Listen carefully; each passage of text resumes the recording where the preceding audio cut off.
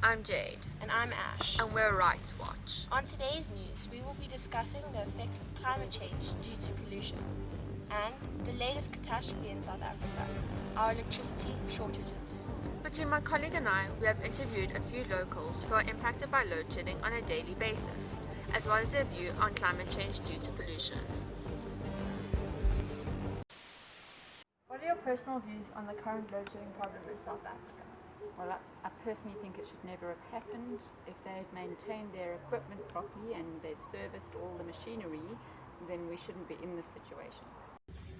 What are your personal views on the current load shedding problem in South Africa? Well, I think to a certain point it's justified because I understand that I don't think that they have enough resources. So obviously it's justified because they're trying to consume. No, they're trying to reserve. Conserve is a better word. The resources. So I think to a certain extent it is justified. Just also like they're not justified in the fact that there's not enough planning done. It kind of just goes out, and then you only know that it's out when it's out, and you aren't given warning for when it is going out. Okay, and how often and what time of the day do you normally get load shedding? Well, most of the time it doesn't usually affect me personally because often I'm not at home. But like for my family, it would affect them because it means like homework can't get done, supper can't be cooked. So it's usually like between 6 and 10 at night, or sometimes like early morning, which means like meals can't be prepared properly, and so it obviously it would cost more money because you have to spend more time.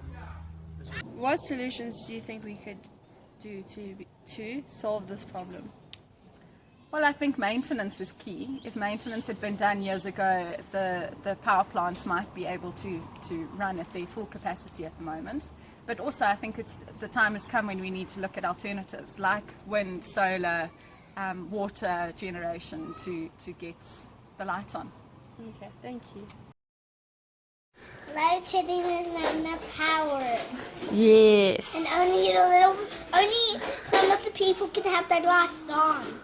Okay, thank you. Like we have our lights off right now. What are your personal views on the current load shedding problem in South Africa? I think they should have anticipated it and then tried to fix it before it came to this problem. Views on the current load shedding problem in South Africa. Right. Personally, I can't really see much. It's very dark usually when load shedding happens. And my eyesight's not that good at night, so it sucks. How often and what time of the day does load shedding normally affect you? It's usually at night time.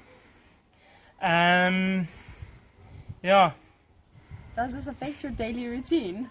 Yes, because I watch a lot of TV at night, so it's very important for my research. And Fast and Loud, overhauling, Arsenal football games. I do a lot of research at night. Now for a quick ad break. Stay tuned for our professional's opinion.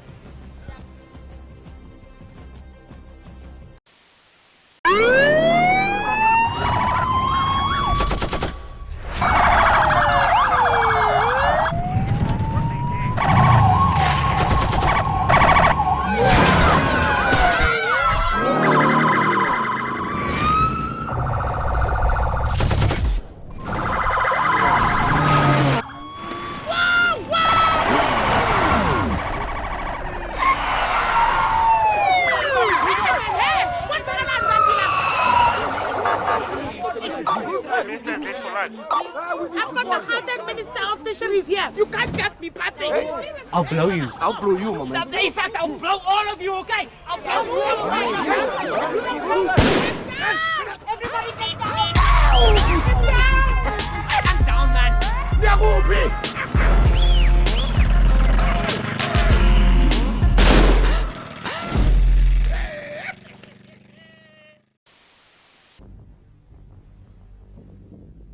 Welcome back.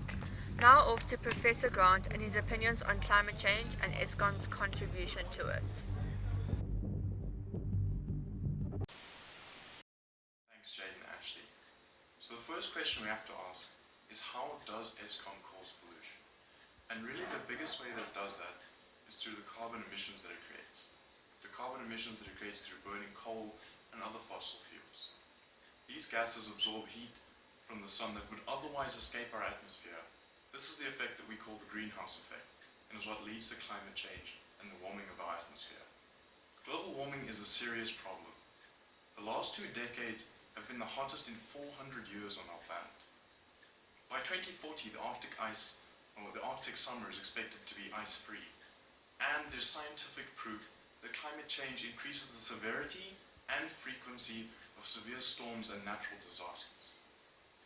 So when we look at the effects of this climate change and how damaging it is, there's an even sadder reality, and that's that Eskom is very unlikely to change its ways in the pollution that it creates. That's for 2 reasons. The first one being that it's very invested in coal power.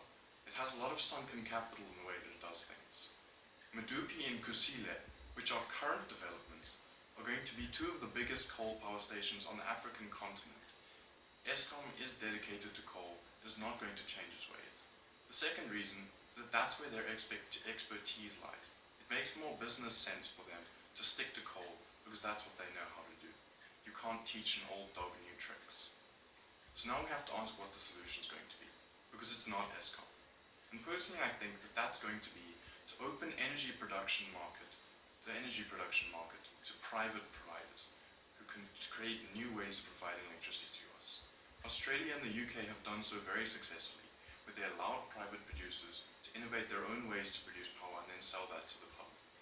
That means that we can still have innovation. We have the greater efficiency that's forced by a competitive market, and we can still place government regulation. Ultimately, it's a win-win situation. We don't have climate change and the destruction of pollution.